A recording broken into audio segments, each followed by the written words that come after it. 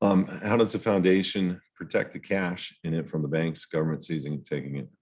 We've done thousands of these. They don't have jurisdiction over it. And most everybody that is utilizing these has issues with IRS. I'm guessing, I'm totally guessing. But from a firsthand material fact witness standpoint, I lost a company in 2007 and several $100,000 of IRS related things hit me, turned into liens.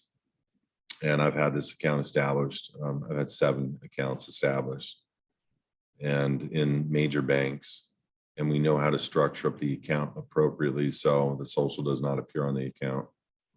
And there is nobody from, they don't have the ability to take the cash or the assets from the individual because they at will want to. Now, that's not to say that if a bank closes, they're not going to try, because we can't do anything about a closing business per se. But I have a feeling, and I said this the other day, that I believe when crap hits the fan and they're trying to do hair clips across the world, as we know, we're coming into a great reset. And this is going to take effect worldwide. There's going to be hair clips worldwide. I have a feeling they will not be able to touch these accounts. And I'm looking forward. That's not to say that the valuation of the capital within the account will not change in accordance to what's happening worldwide in the markets, but whether or not they can take it at random will, I've never seen it done. I've never seen anybody have any of their structures or assets get seized.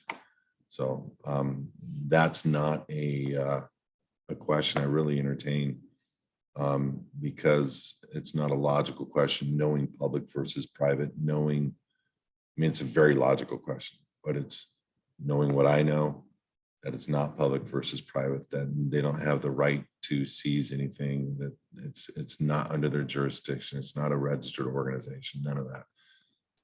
So, and that's one of the most interesting things is not just in reading warrants, but when you read an indictment or a warrant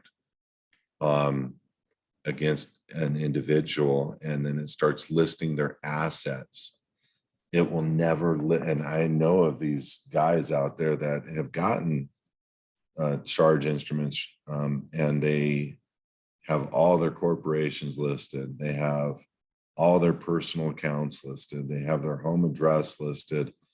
They have everything. And obviously they never went through the living in the private program. But all of these, and I know these guys had private trusts, churches, foundations, SSMs, kind of things. And guess what?